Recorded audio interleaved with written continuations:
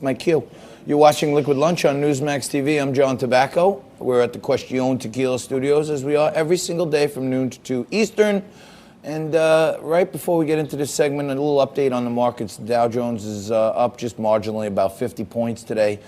Some good comments out of the president yesterday at the New York Economic Club are helping the market a little bit, but people are watching the impeachment. People are watching the China trade talks.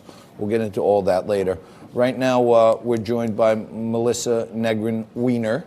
She is an attorney at the firm of Genzer, Kohner, and the Elder Law is what you focus on. Thank you for joining us today on Liquid Lunch.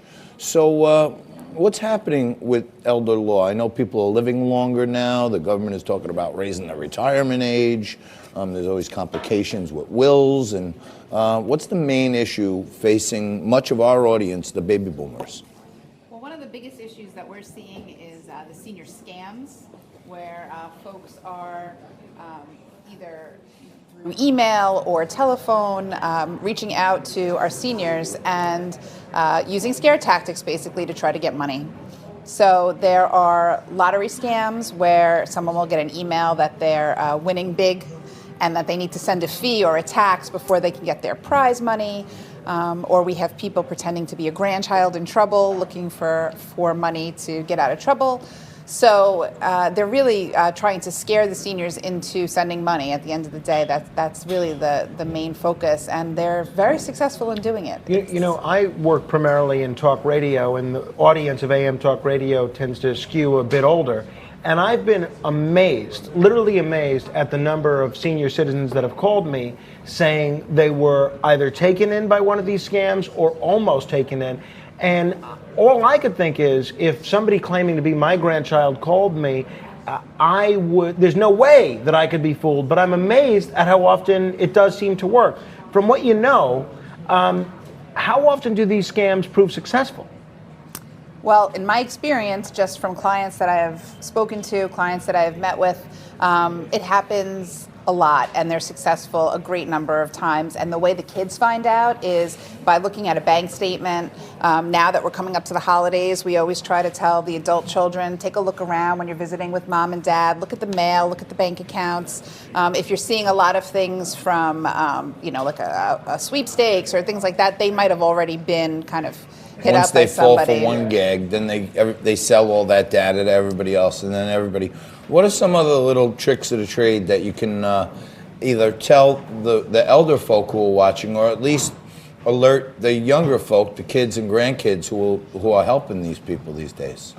Well, here's really the main thing. First of all, Social Security, the IRS, Medicare, they are never going to call you or contact you by email. There are a lot of these IRS imposter schemes as well, where somebody says, we're an IRS, we're with the IRS, we need your Social Security number and your bank account number right away. That happens a lot. Again, they play to the fear. So they'll say your Social Security number has been hacked, or they'll say that they're going to come and arrest you, and they scare them. So that's never going to happen. The only time Social Security may call you is if you have a scheduled telephone appointment. Other than that, they're only going to communicate by regular mail.